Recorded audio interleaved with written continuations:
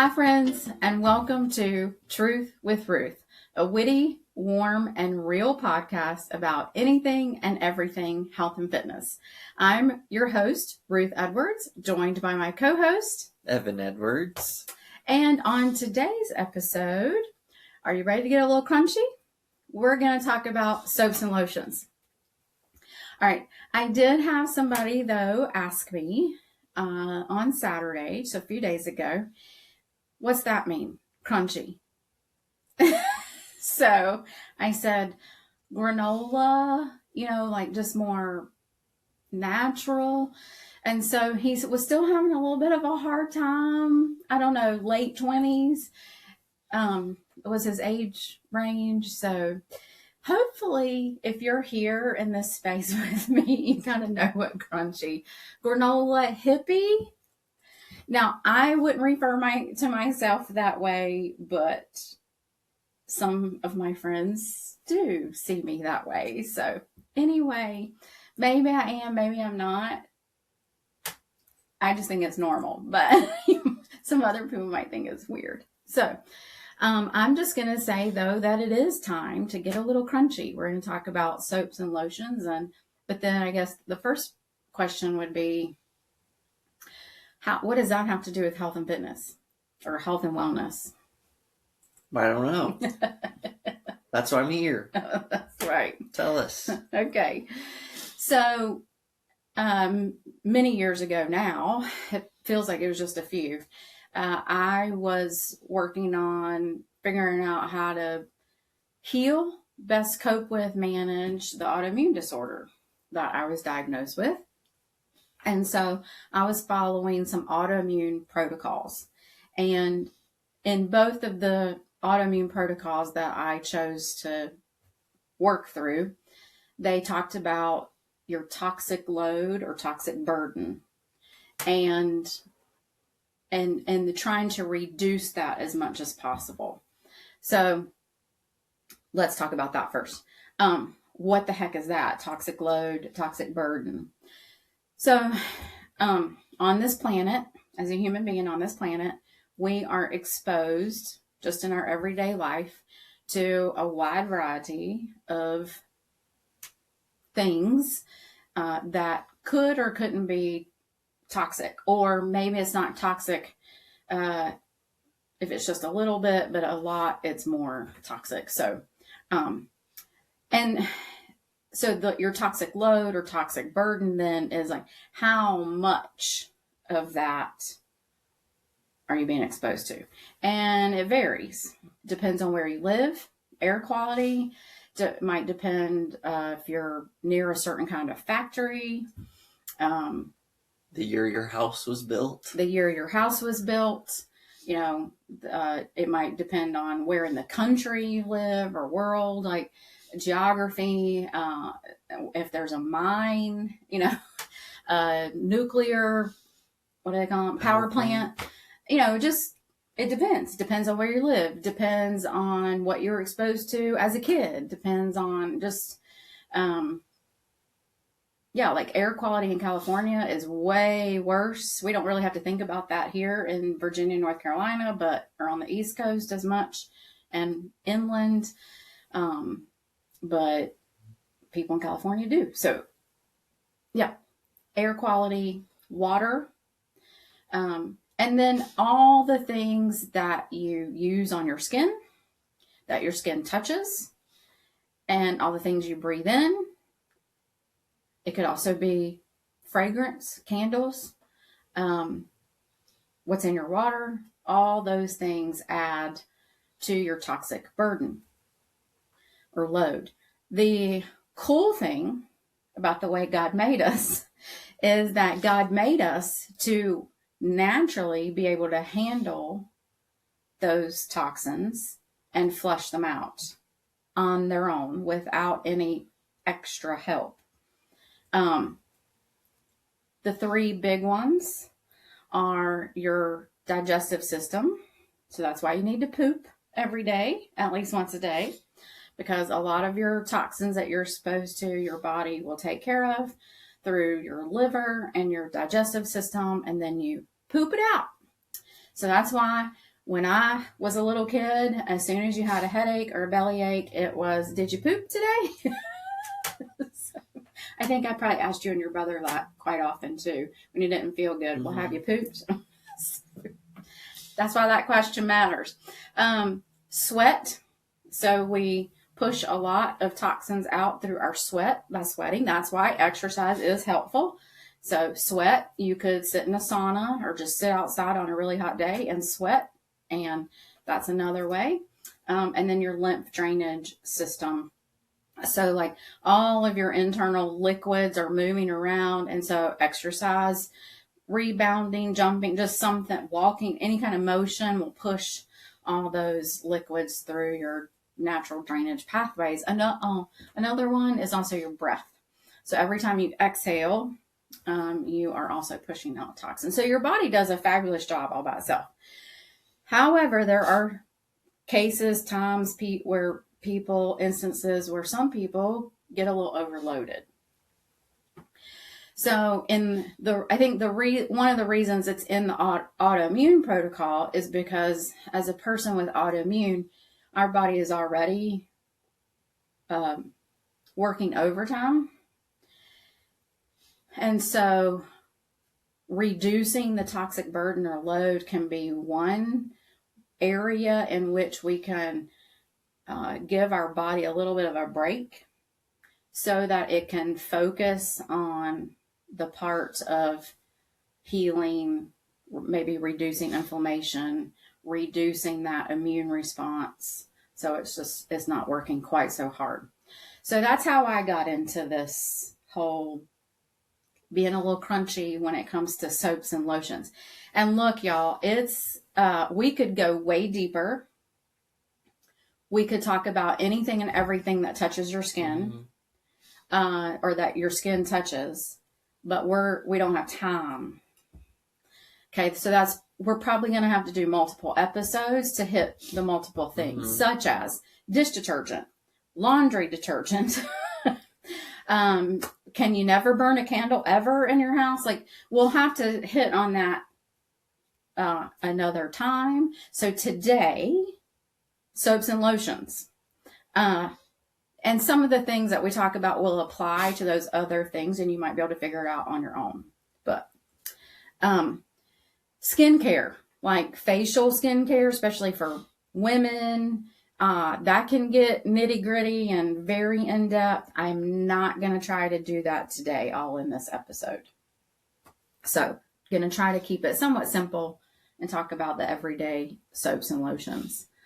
So, yeah. Autoimmune protocol. Where did I get that from? So I was diagnosed with autoimmune disease. One of my friends, I reached out to somebody I knew was already dealing with that. They suggested 2 resources to me, so let me share those. So the Myers Way by Dr. Amy Myers was the first one that I dove into because it's a little bit simpler. So it's a book, The Myers Way, Dr. Amy Myers. And 4 big things to work on, one of them being toxic load or burden. So that's how I started. Then once I got the hang of that, I dove into the autoimmune protocol by Dr. Sarah Ballantyne, and that's with a Tyne.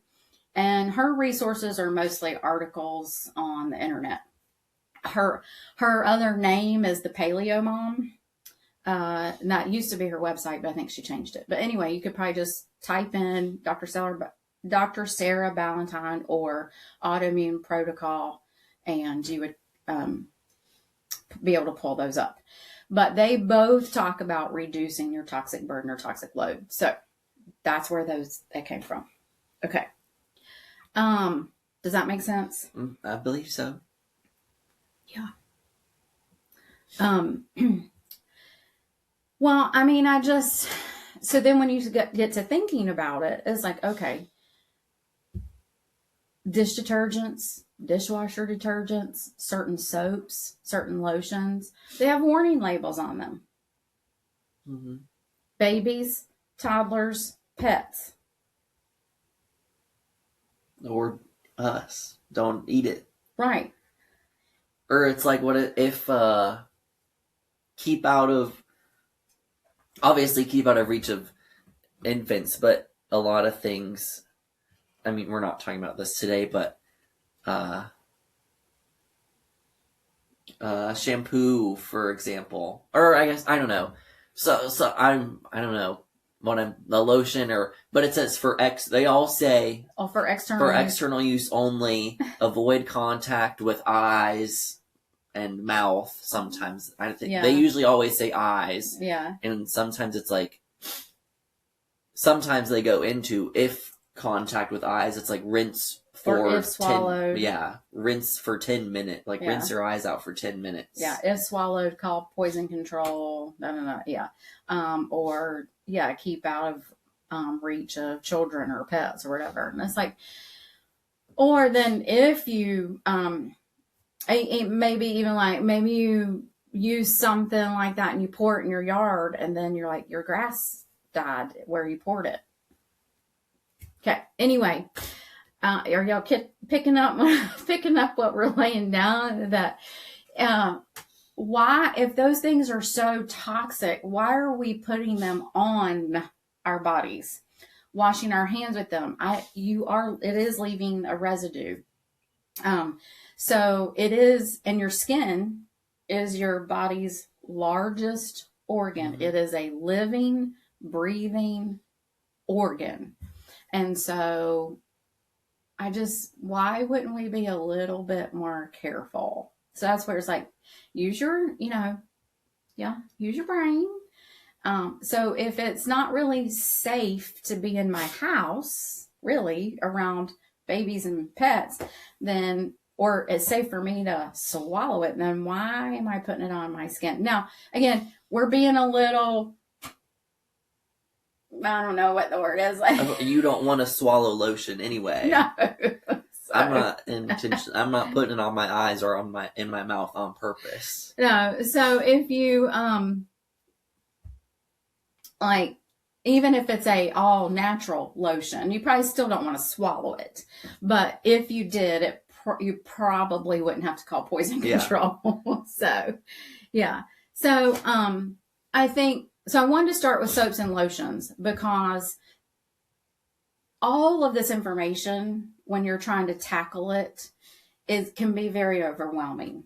And you're like, you want me to do what? You want me to completely overhaul everything I use in my house and on my skin and on my body and on my hair and none of, eventually, but we can take it one step at a time.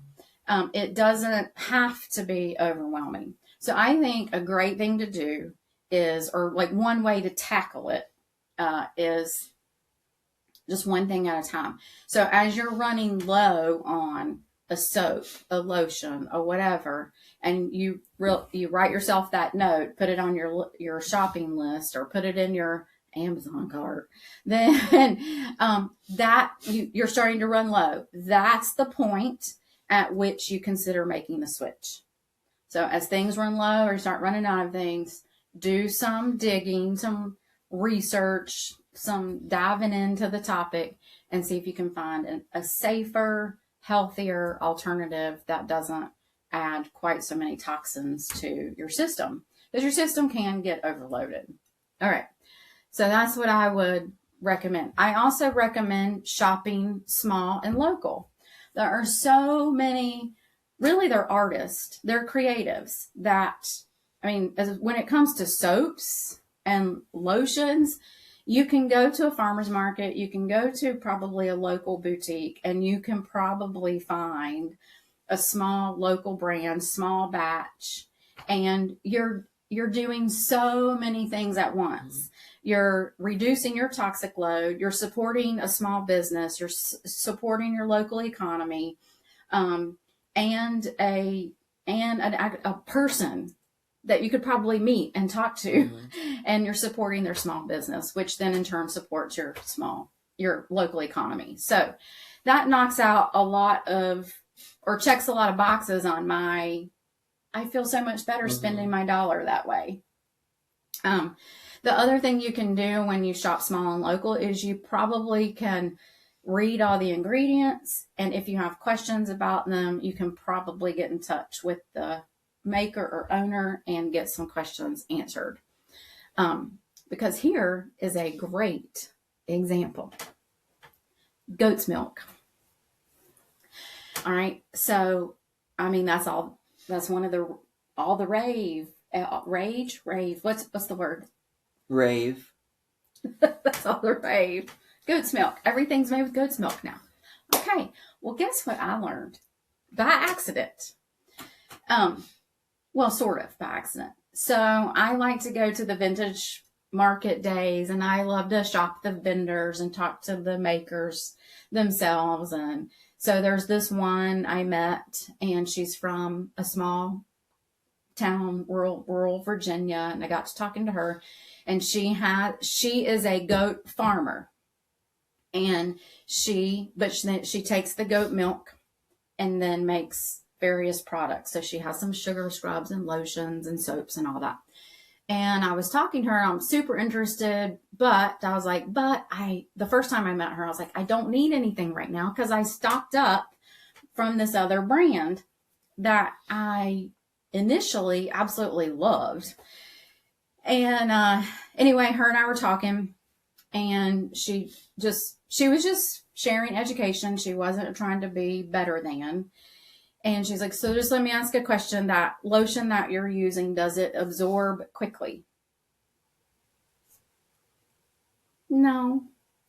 Actually, I have it right here. I'll try to not show the brand, okay? Because I don't want to ding them. But I was like, okay. So it doesn't, I don't know if you'll even be able to see it. Like, when I start to rub it in, it takes you probably won't be able to see it. It takes a really long time and a lot of work. And if you're only listening, you're like, I can't see nothing. It takes a really long time to rub it in. Okay. Well, it's also for the listeners and not the viewers. Okay. It's also maybe something to point out. The color is bright blue. Fairly bright. So not natural. Blue is one of the hardest colors to find in nature, and it's a bright Smurf blue. So you can assume that it's artificially colored. So this is coming from the artist who understands color theory, and how colors are like made, right? And yes, correct. Blue, you don't find a lot of blue in nature. So, okay. So anyway, her and I were having this conversation, and I was like, yeah, okay. Well, and I think I might have been testing one of her lotions, and it just absorbed into my skin so fast. And I might have asked her that's probably how it happened. I said, it absorbed so fast. And she educated me. So goat's milk, real goat's milk, is the same pH as your skin. And so if a product is actually made with real goat's milk, it will absorb quickly into your skin. And I said, well, hold on a second. This one lotion I have at home, it says goat milk lotion. Does it not have, are they lying to me? And it says goat's milk on the ingredient. No, they're not lying. More than likely, they are using goat milk powder. And it is not the same pH, because when they reconstitute the powder, so yeah, the goat's milk powder is made from goat's milk, but when the company, the maker, reconstitutes the powder to make it a liquid ingredient, if they reconstitute it with water, then it's no longer the same pH, or some other liquid. This one specifically has distilled water, coconut oil, sunflower seed oil, apricot kernel oil, polysorbate 20. Well, there's not a comma, so I don't know if that might all be one word. Yeah, I don't know. Cetearyl alcohol, I think that's how you say that. Glycerol stearate, and then there are fragrances and mica, which is a mineral. And mica might give it some of that color. And here's another thing to point out is it says essential / fragrance oils. That's very vague. Mm-hmm. So it doesn't tell me which ones. Yeah. And it does, I mean, it has a nice smell, but more than likely that's a fragrance oil, not an essential oil. Now, is this like terrible? No. Is it the best as far as reducing my toxic burden? No. So like that is something I learned about the whole goat milk thing by talking with a maker, a creator, creative maker. And I was like, oh, now I'm not going to waste this. I'm going to still use it, but I've been using it on my legs and my heels the last week or so, and it takes me forever to rub that into my legs. So anyway, okay, learn that lesson learned. Okay, so then I want to point out some other brands, and I just want you to see how they're a bit more transparent in their labeling. So I think like I'm going to share a few brands with you, but I mean, they're all local, and you probably have some local ones too. And again, but I'm not going to give you a link. I don't have a code. Nobody's paying me. Nobody's giving me a kickback. These are just ones that I have found or were given to me. And I'm like, yes, read this label. Yes. Okay. A shout out. A shout out. It's a shout out. It's some love. So my son, your brother, gave me this one. Okay. And so this is a brand local to Boone, North Carolina. The shout out is to Hens Tooth Acres. Okay, y'all, the names of some of these small local brands are a hoot. Just wait. I got a really good one for you. But I'm like, I don't know if I can say that. Hens Tooth Acres. You got to say it fast. Hens Tooth Acres. Goat's milk soap. Let me read the ingredients. Or actually, you read them. Okay. Goat's milk. Saponified oils. Do you know what that means? I don't. Well, I guess we have our own thing to look up. Yep. Essential oils, Himalayan salt, clay, palm free. And that's it, folks. So 1, 2, 3, 4, 5 ingredients. And we can pretty much pronounce them all. Mm-hmm. We got to look up what saponified means, but smell it. It's not super strong. No, strong, yeah. And I think so. That's what when you use essential oils as a fragrance or flavor, that's what you get. You just get a little bit of a scent, but it's not super strong or overpowering. Okay. I have already used 1 bar. Oh, this is rosemary mint. I've already used 1 bar of this particular brand of soap, and it was phenomenal. I loved it. What does saponified mean? You got it? Hold on. I'm on again, not drjacobsnaturals.com. Okay. If he has a bad reputation, I'm sorry. If he has a great reputation, woohoo, we're in the right place. I believe they're talking about water. They're talking about coconut oil. Let's see. Is saponified oil safe? It is an art, it says. Okay. Programs. Okay. Let's see. Go to the it says what is saponified coconut oil? Yeah, there's different kinds of saponified oils. There's saponified coconut oil. There's saponified olive oil. So I guess you could do it to any oil. There's vegetable glycerin. This talks about aloe vera. Yeah. So I guess it says some process. Let's see. Well, since this one just says saponified oils, I'll just read coconut oil. They say first. It's the saponification of coconut oil. So saponification refers to the process by which a vegetable or plant oil is turned into soap. It is a simple reaction that occurs when an oil like coconut, olive, or jojoba is mixed with an alkali and results in two products, soap and glycerin. Okay. Literally, saponification means soap making, and oils are chosen based on what the final properties of soap is desired. For instance, if you saponify coconut oil, the result is a very bubbly and glycerin-rich soap. Glycerin is an important product for its usefulness in helping retain moisture and prevent dry, itchy skin. Mm-hmm. Olive oil creates a creamy soap that is rich with antioxidants. Okay. The alkali that are used to mix with oil when making soap have changed a lot in the last 300 years. Modern day alkali are naturally occurring sodium hydroxide, which creates a bar soap, or naturally occurring potassium hydroxide, which creates a softer liquid soap.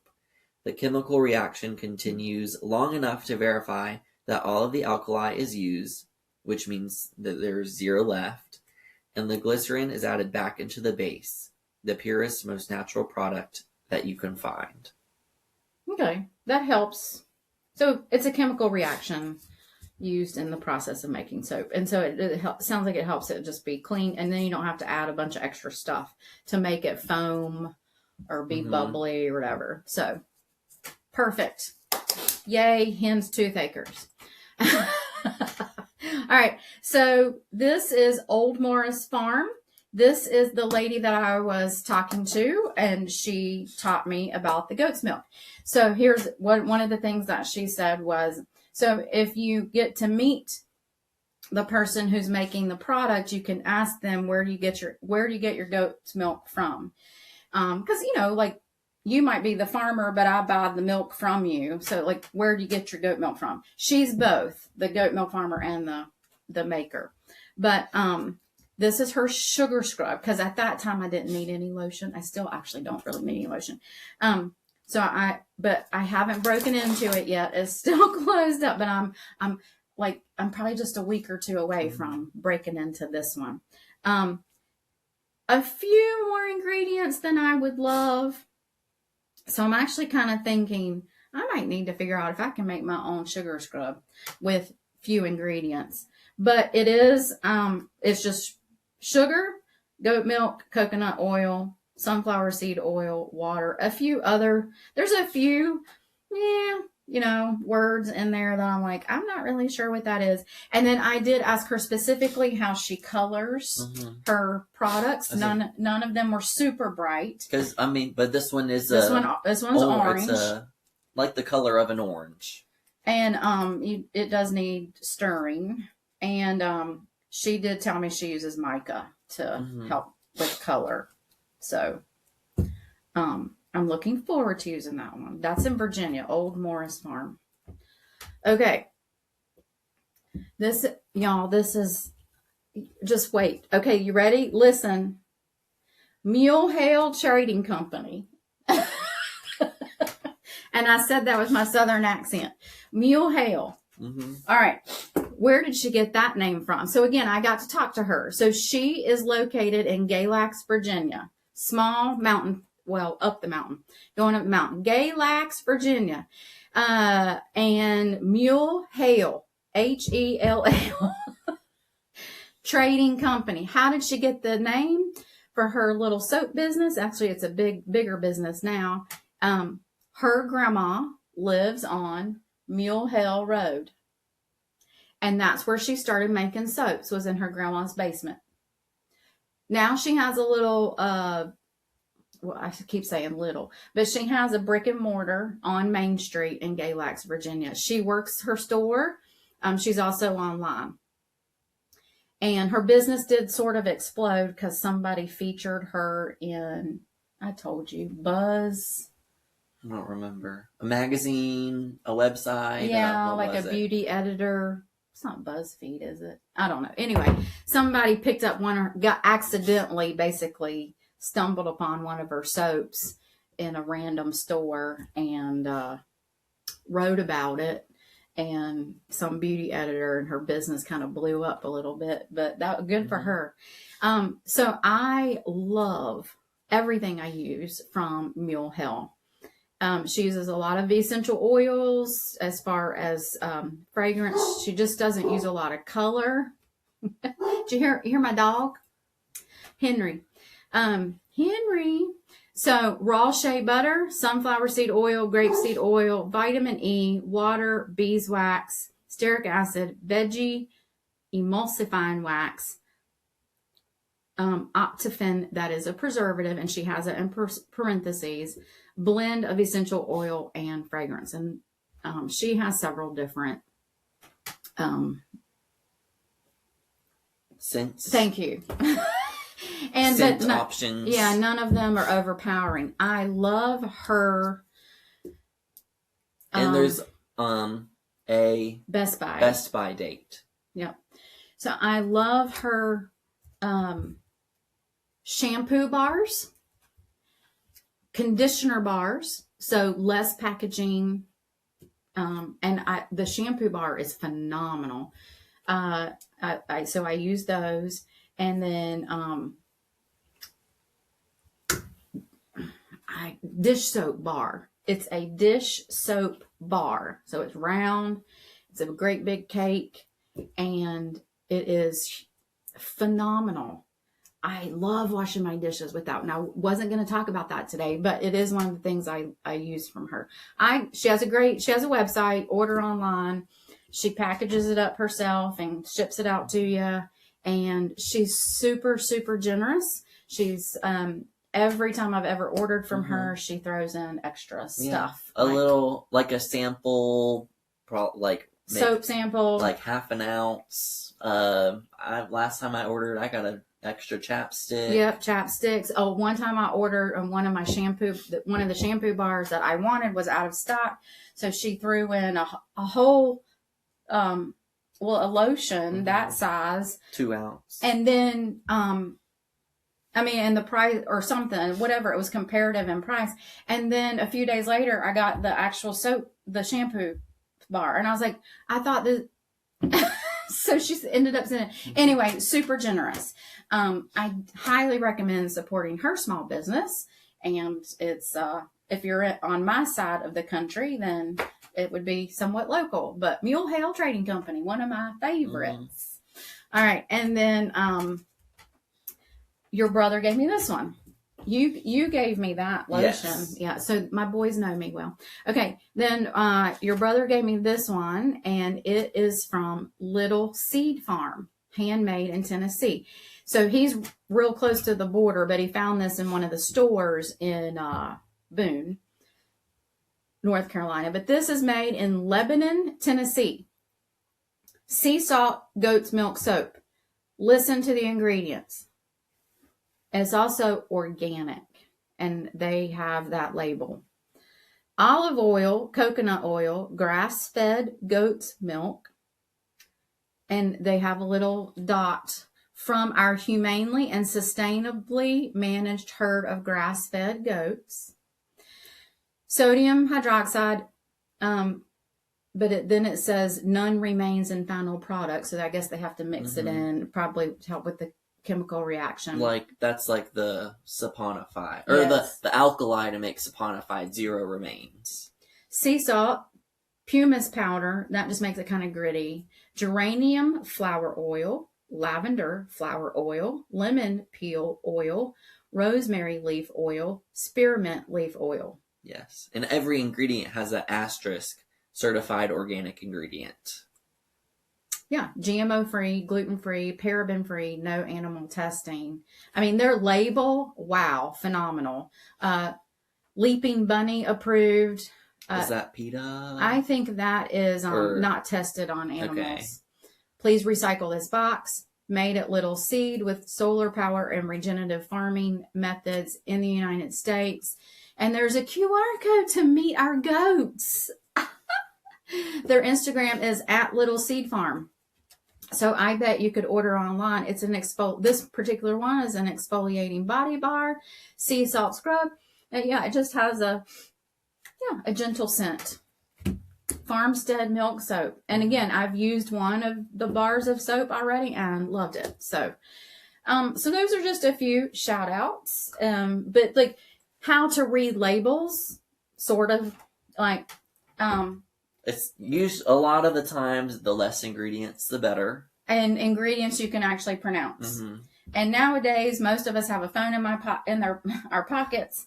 And so if you don't know, or you're like, I can't even pronounce that, I don't even know, and you can't talk to the maker, then you could probably whip out your phone and that's why we looked up Saponify and look it up. So, that just one little way of, or not. I mean, it's little, but with big impacts. And again, start slowly, one thing at a time. So most of those are going to be soaps. Well, those two soaps I would use in my shower. That would be my body soap. I might use one of those as a hand soap, but honestly, I'm a little bit selfish because those were probably on the more expensive side and they were gifts to me. So they're going to be my shower soaps. And then what I put at the sink for everybody to use for their hands might be, not something more generic. Yeah. And sugar scrubs. I do think it's almost time for me to figure out the sugar scrub thing myself. But, because so that same brand of the blue lotion. So here's one of the things that happened, and this kind of all happened around the same time. I loved their sugar scrub. Now, it did not have goat's milk in it, but I did really like their sugar scrub. But then they got, it wasn't really a buyout, but a merge with another company. I would say they shifted focus entirely. Yeah. And so their next batch of sugar scrubs that I bought was, they were all like neon colored. It was like neon. There was neon pink, neon blue, neon yellow. They were very bright. Hot color. And I'm like, okay, there's no way that this is just coming from Micah. And then also the scents were much more powerful. And so now I'm like, okay, they're not using essential oils anymore. They're using a whole squirt of, I don't know, some fragrance oil. Well, I think they are a fragrance company now. Right.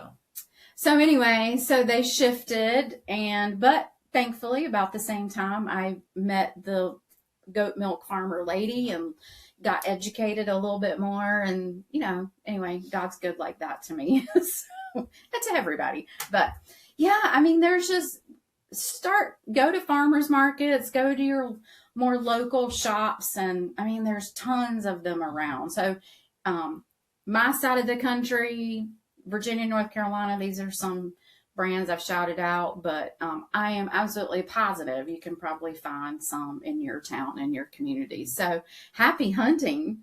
Yeah. And start making those changes because they do add up. Yeah. For sure, to your toxic burden, and just kind of reduce the load a little bit so your body doesn't have to work quite so hard to poop it out. Yeah.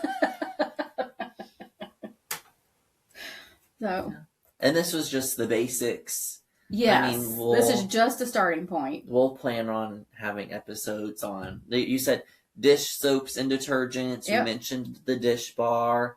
Laundry detergents. Cleaning products.